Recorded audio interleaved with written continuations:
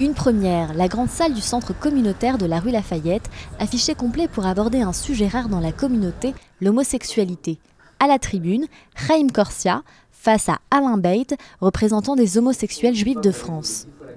250 personnes à l'écoute de Chaim Corsia. Le sujet a fait polémique. L'ancien grand rabbin Joseph Citruc a frappé fort sur les ondes de la radio juive. La Torah qualifie l'homosexualité d'abomination et la considère comme un échec de l'humanité. Je n'hésite pas à qualifier cette initiative de tentative d'extermination morale du peuple d'Israël.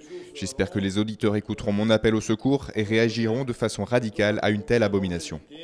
Des déclarations qui ont provoqué de vives réactions sur les réseaux sociaux. Les propos du rabbin Joseph Citruc ont un goût amer dans la communauté homosexuelle juive. Des questions se posent.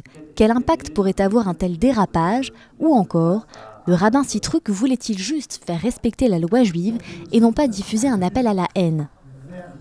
C'était un discours qui était très dur du début jusqu'à la fin.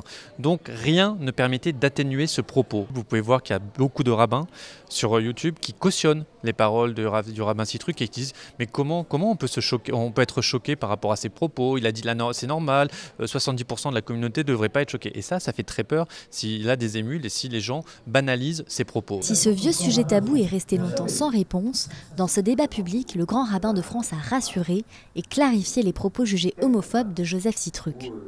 Le grand rabbin Citruc a un chemin de vie qui a toujours démontré sa capacité à apaiser les souffrances, à accompagner les gens qui étaient en attente, en besoin, en demande.